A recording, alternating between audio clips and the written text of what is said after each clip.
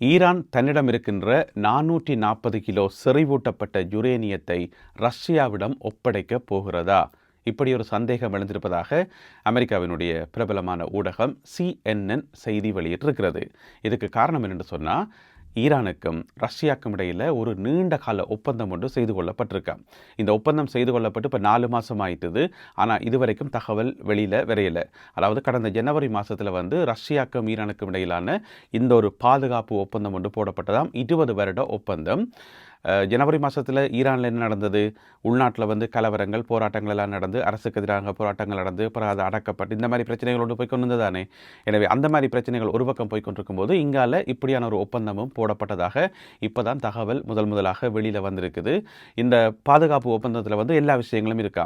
இராணுவ ரீதியிலான ஒத்துழைப்பு, பொருளாதார ஒத்துழைப்பு மற்றும் பல ஒத்துழைப்புகளை ரஷ்யாவுக்கு ஈரானும், ஈரானுக்கு ரஷ்யாவும் வழங்கும் என்றதான் அந்த ஒப்பந்தம் என்று சொல்லப்படுகிறது. இப்படி ஒரு ஒப்பந்தம் இந்த 2 நாடுகளுக்கும் இடையில போடப்பட்டது பெருசாக தகவல் வெளியில் வரையில, அது ரகசியமாகவே இருந்தது. இப்போ தான் அது அம்பலப்படுத்தப்பட்டிருக்குது. இதுக்கு முதல் நாங்கள் கேள்விப்பட்டு வெளியில் வந்த தகவல் என்னென்னு சொன்னால், போன டிசம்பர் மாதம் 2025ஆம் ஆண்டு டிசம்பர் மாதத்தில் ஈரானுக்கும் ரஷ்யாவுக்கும் இடையில இன்னும் ஒரு ஒப்பந்தம் ஒன்று செய்து கொள்ளப்பட்டது.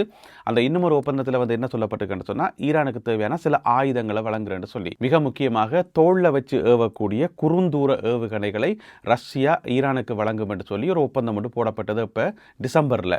அதை பற்றி தான் தகவல்கள் வந்ததே தவிர இந்த ஒப்பந்தம் பற்றி தகவல் வெளிவரையில்.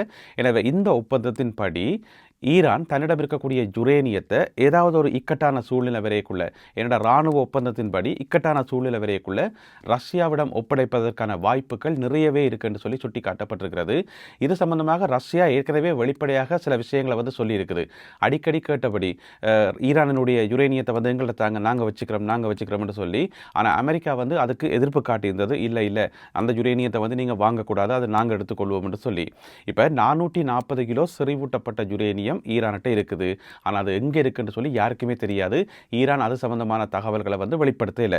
இப்போ பொதுவாக சொல்லப்படுது நட்டான்ஸ், ஃபோர்தோ, இஸ்ஃபஹான் இந்த மாதிரியான இடங்களில் தான் அணு உலை மையங்கள் இருக்குது, அங்கே தான் அந்த யுரேனியம் இருக்குன்னு சொல்லி பொதுவாக நம்பப்படுது. ஆனால் அமெரிக்காவுக்கே அந்த ஒரு சந்தேகம் இருக்காம், உண்மையிலேயே இங்கே தான் இருக்கா அல்லது இதெல்லாத்தையும் தவிர்த்த வேறொரு இடத்துல இருக்கான்னு சொல்லி. எனவே இப்படியான ஒரு பின்னணியில் ரஷ்யா வர அடிக்கடி வெளிப்படையாகவே கேட்டுக்கொண்டிருக்குது, அந்த யுரேனியத்தை எங்கள்கிட்ட தாங்க, நாங்கள் பத்திரமா வச்சுக்கிறோம் என்று சொல்லி. எனவே இதுவரைக்கும் அந்த யுரேனியம் ரஷ்யாவிடம் கொடுக்கப்பட்டதாக எந்த ஒரு தகவலும் வெளிவரையில. ஆனால் திரைமறைவில் என்ன நடக்கும் என்று சொல்லி எங்களுக்கு தெரியாதானே. அதை விட இன்னும் ஒரு முக்கியமான விஷயம், இந்த போர் நடந்து கொண்டிருக்கிற இந்த காலப்பகுதியில் பார்த்தீங்கன்னு சொன்னால், ஈரானினுடைய வெளிவிவகார அமைச்சர் அப்பாஸ் அரக்ஷி ஏற்கனவே ரஷ்யாவுக்கு போயிட்டு வந்திருக்கிறார். இப்போ திரும்பவும் ஒருக்கா போகிறார். இன்றைக்கு பாகிஸ்தானில் நிற்கிறார், ஆனால் திரும்பவும் ஒருக்கா ரஷ்யாவுக்கு போகிறார் அப்பாஸ் அரக்ஷி. அப்போ அடிக்கடி ரஷ்யாவுக்கு போகிறதும் பாரதும் பேச்சுவார்த்தையில் ஈடுபடுறதும் ஒப்பந்தங்களில் கைச்சாத்துறதும் பலத்த சந்தேகங்களை உருவாக்கி இருக்கிறது என்று சொல்லி CNN வெளியிட்டிருக்கிற இந்த கட்டுரையில் சொல்லப்பட்டிருக்கிறது. எங்கள் எல்லாருக்குமே தெரியும், ஏற்கனவே அமெரிக்காவுக்கும் ரஷ்யாவுக்கும் இடையில ஆகாது. அமெரிக்கா ரஷ்யாவுக்கு எதிராக நிறைய தடைகளை விதிச்சு வச்சிருக்குது. எனவே அதெல்லாமே ரஷ்யாவுக்கு எதிராக செய்யப்பட்ட செயல்தானே. எனவே இப்படியான ஒரு பின்னணியில் இது மறைமுகமான ஒரு முக்கோண போராக மாறி இருக்கிறது. 3 தரப்புகள் இதுக்குள்ள இன்வால்வ் ஆகுதுன்றதான் இங்க இருக்கக்கூடிய முக்கியமான உண்மை. இப்ப ரஷ்யாவுக்கு அமெரிக்கா மேல இருக்கிற கோபத்தால அல்லது அமெரிக்காவை சும்மா வெறுப்பேற்றுறதுக்காக அடிக்கடி சொல்லலாம், எங்கள்ட்ட யுரேனியத்தை தாங்க, நாங்க வச்சுக்கிறோம் என்று சொல்லி சும்மா அறிக்கை விடுறதே அமெரிக்காவை வெறுப்பேற்றுறதாக இருக்கலாம். அல்லது அமெரிக்கா இன்னும் கூடுதலான தடைகளை ரஷ்யாவுக்கு எதிராக விதிக்குமாக இருந்தால் உண்மையிலேயே அந்த யுரேனியத்தை வாங்கி தாங்கள் வச்சுக்கொள்ளலாம். ஏன்னு சொன்னா அமெரிக்காவுக்கு ஒரு எதிர்ப்பை காட்டுறதுக்கு. எனவே அமெரிக்காவுக்கு முன்னால் இருக்கக்கூடிய மிக முக்கியமான பிரச்சனை என்று சொன்னா, இது டிப்ளோமேட்டிக் இஷ்யூ என்று சொல்லுவோம், ராஜதந்திர ரீதியிலான பிரச்சனை. என்ன பிரச்சனை சொன்னால், ஆக ஓவரா ரஷ்யாவை அடித்தா ரஷ்யாவும் ஈரானும் நல்ல ரிலேஷன்ஷிப்பை பலப்படுத்துவார்கள். ஆக ஓவரா ஈரானுக்கு அடித்தா ஈரானும் ரஷ்யாவும் தங்களுடைய உறவை பலப்படுத்தி இராணுவ ஒத்துழைப்புகள் என்று சொல்லி அந்த ஒத்துழைப்புகளை பலப்படுத்துவார்கள். எனவே எந்த பக்கம் அடித்தாலுமே பிரச்சனை தான் போல நடக்குது.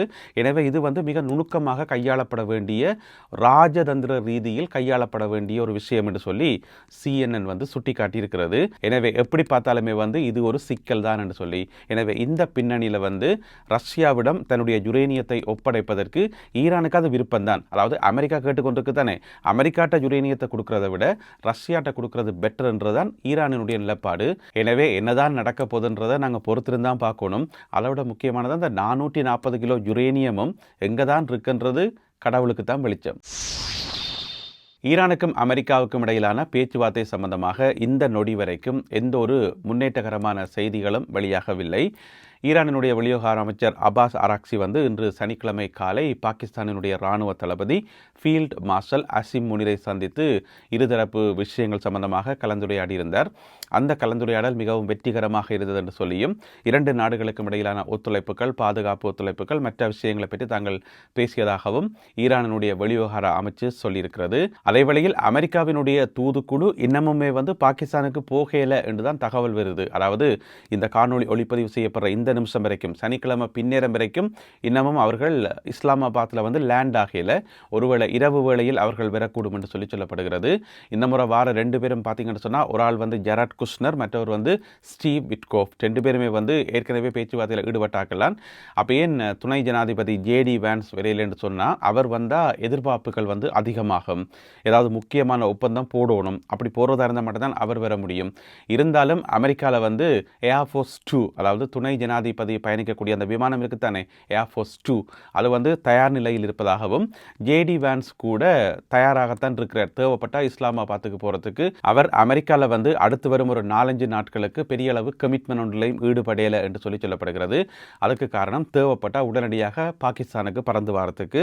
ஆனால் இங்கே பேச்சுவார்த்தை ஆரம்பித்த மாதிரியே தெரியல. என்ன நடக்குதுன்னு சொன்னால், ஈரான் தன்னுடைய கோரிக்கைகள், தன்னுடைய பிரச்சனைகள் எல்லாத்தையும் பாகிஸ்தானுக்கு சொல்லியிருக்குது. பிறகு பாகிஸ்தான் அதை கேட்டு அமெரிக்க தூதுவர்களுக்கு விளங்கப்படுத்தும். பிறகு அமெரிக்க தூதுவர்கள் சொல்றதை கேட்டு இங்க ஈரானுக்கு சொல்லும். இந்த மாதிரி இப்படியான ஒரு மெத்தட்ல தான் அந்த பேச்சுவார்த்தை நடந்தால் நடக்குமே தவிர மற்றபடி நேரடி பேச்சுவார்த்தைகளுக்கான வாய்ப்புகள் இல்லை என்று சொல்லப்படுகிறது.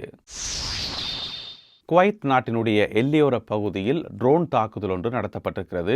இது பிராந்தியத்தில் பெரும் அதிர்வலைகளை உருவாக்கி இருக்கிறது. இந்த சம்பவம் எக்ஸாக்டா எங்க நடந்திருக்குன்னு சொன்னா, ஈராக்குக்கும் குவைத்துக்கும் இடையில எல்லை இருக்குதானே, அந்த எல்லையில் காவல் கண்காணிப்பு நிலையங்கள் இருக்குதானே, செக் பாயிண்ட்கள் இருக்குதானே, அந்த செக் பாயிண்டை இலக்கு வச்சு தான் இந்த தாக்குதல் நடத்தப்பட்டிருப்பதாக சொல்லப்படுது. ஈராக்கில் இருந்து இந்த தாக்குதல் நடத்தப்பட்டிருக்கிறது. 2 ட்ரோன்கள் மூலம் நேற்று வெள்ளிக்கிழமை மாலை வேளையில் இந்த தாக்குதல் நடத்தப்பட்டிருப்பதாக சொல்லப்படுகிறது. இதற்கு உடனடியாக குவைத் தன்னுடைய கண்டனங்களை வெளிப்படுத்தி இருக்கிறது. அதே வேளையில் ஈராக்கும் கண்டித்திருக்கிறது. என்ன சொன்னால், ஈராக்கிய அரசாங்கம் சொல்லுது தங்களோட நாட்டில் இருக்கக்கூடிய வேறு குழுக்கள் தான் இந்த தாக்குதல் நடத்தி இருக்கணும், எனவே நாங்கள் இது சம்பந்தமான விசாரணைகளை ஆரம்பித்திருக்கிறோம் என்று சொல்லி நேற்று உடனடியாகவே அதற்கு ஒரு விசாரணை குழு ஒன்று அமைக்கப்பட்டிருந்தது. இருந்தாலும் அந்த தாக்குதலை நடத்தினது யார் என்றது இந்த நிமிஷம் வரைக்கும் தெரியல என்று சொல்லப்படுகிறது.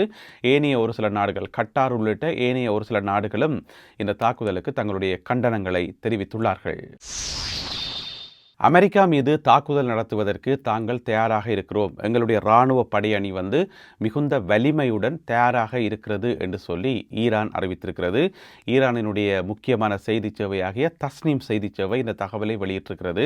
அதாவது கதம் அல் அன்பியா ஹெட் குவார்ட்டர்ஸ் இருக்குத்தானே, அவர்களை மேற்கோள் காட்டி இந்த தகவல் வெளியிடப்பட்டிருக்கு. என்று சொன்னால், இந்த பிளாக்கேட் காரணமாக ஈரானுக்கு பொருளாதாரத்தை முடக்கிற நடவடிக்கையில் அமெரிக்கா ஈடுபட்டிருக்குது. இதனால் மக்கள் பாதிக்கப்படுகிறார்கள். எனவே எங்களுடைய தாய்நாட்டை காப்பதற்காக நாங்கள் மிகுந்த வலிமையாக இருக்கிறோம். எங்களுடைய வலிமையினுடைய ஒரு பகுதியை நீங்கள் சண்டை காலத்தில் பார்த்தீங்க, இந்த 39 நாட்களில் பார்த்தீங்கள். எங்களுடைய முழுமையான வலிமையை காட்ட வேண்டிய நேரம் வந்திருக்கிறது. எனவே நாங்கள் தாக்குதல்களை ஆரம்பிப்போம், தேவைப்படும் போது எங்களுடைய நாட்டை பாதுகாப்பதற்கு என்று சொல்லி ஒரு கடும் எச்சரிக்கை ஒன்றை விடுத்திருக்கிறார்கள் கதம் அல் அன்பியா ஹெட் குவார்ட்டர்ஸ். இதனை தஸ்னீம் செய்தி சேவை செய்தியாக வெளியிட்டிருக்கிறது.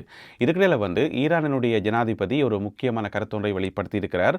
அதாவது அமெரிக்க ஜனாதிபதி என்ன சொன்னவர் என்று சொன்னால், ஈரானில் 2 விதமான தலைமத்துவம் இருக்குது. ஒன்று ஹார்ட்லைனர்ஸ், அதாவது கடும் போக்காளர்கள் என்று சொல்லுவோம் தானே, ஹார்ட்லைனர்ஸ்.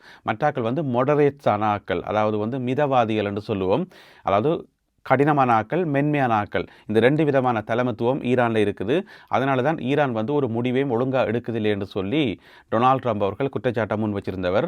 அதுக்கு ஈரானினுடைய ஜனாதிபதி பெசஸ்கியான் என்ன சொல்லியிருக்காருன்னு சொன்னால், இங்கே ஹார்ட்லைனர்ஸ், மொடரேட்ஸ்ன்னு சொல்லி அப்படி யாருமே கிடையாது.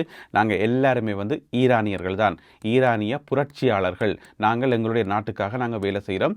நாங்கள் அனைவருமே ஈரானிய புரட்சியாளர்களை தவிர மற்றபடி இங்கே ஹார்ட்லைனர்ஸ் என்றோ அல்லது மொடரேட்ஸ் என்றோ எந்த விதமான பிரிவோ பாகுபாடோ இங்கே கிடையாது என்று சொல்லி ஈரான் நாட்டினுடைய ஜனாதிபதி அறிவித்துள்ளார். லெபனானில் 3 வார கால போர் நிறுத்தம் அறிவிக்கப்பட்டது தானே, அந்த அறிவிக்கப்பட்ட அந்த செய்தி வந்த போதே நான் சொன்னான், இந்த 3 வார கால போர் நிறுத்தம் என்ற பெயரில் வந்து சண்டை தான் நடக்கும், போர் நிறுத்தம் என்றதுக்கு அர்த்தமே இல்லை என்று சொல்லி சொன்னாங்க தானே. இப்போ பார்த்தீங்கன்னு சொன்னாங்க, இன்றைக்கு சனிக்கிழமை திரும்ப கட்டும் தாக்குதல்கள் நடக்குதாம். வான்வெளி தாக்குதல்கள், ஷெல் தாக்குதல்கள் சொல்லி அரம்புறமான தாக்குதல்கள் நடக்குதாம். இன்றைக்கு சனிக்கிழமை மட்டும் 4 பொதுமக்கள், லெபனான் மக்கள் 4 பொதுமக்கள் கொல்லப்பட்டிருப்பதாக லெபனானினுடைய உள்துறை அமைச்சு தகவல் வெளியிட்டிருக்கிறது. மோதல்கள் தொடர்ந்து இடம்பெற்று வருகின்றன என்று சொல்லப்படுகிறது. அப்போ 3 வார கால போர் நிறுத்தத்துக்கு என்ன நடந்ததுன்னு கேட்டிங்கன்னு சொன்னால் அதுக்கான பதில் யாருக்குமே தெரியாது. இந்த காணொலியில் பகிர்ந்து கொள்ளப்பட்ட இந்த செய்திகள் தொடர்பான உங்களுடைய கருத்துக்களை மறக்காமல் கீழே எழுதுங்கள். களத்திலிருந்து மேலதிக தகவல்கள் கிடைக்கின்ற போது அவற்றை தொகுத்துக்கொண்டு இன்னும் ஒரு காணொலியில் உங்களை நான் சந்திக்கின்றேன். அதுவரை நன்றி, வணக்கம்.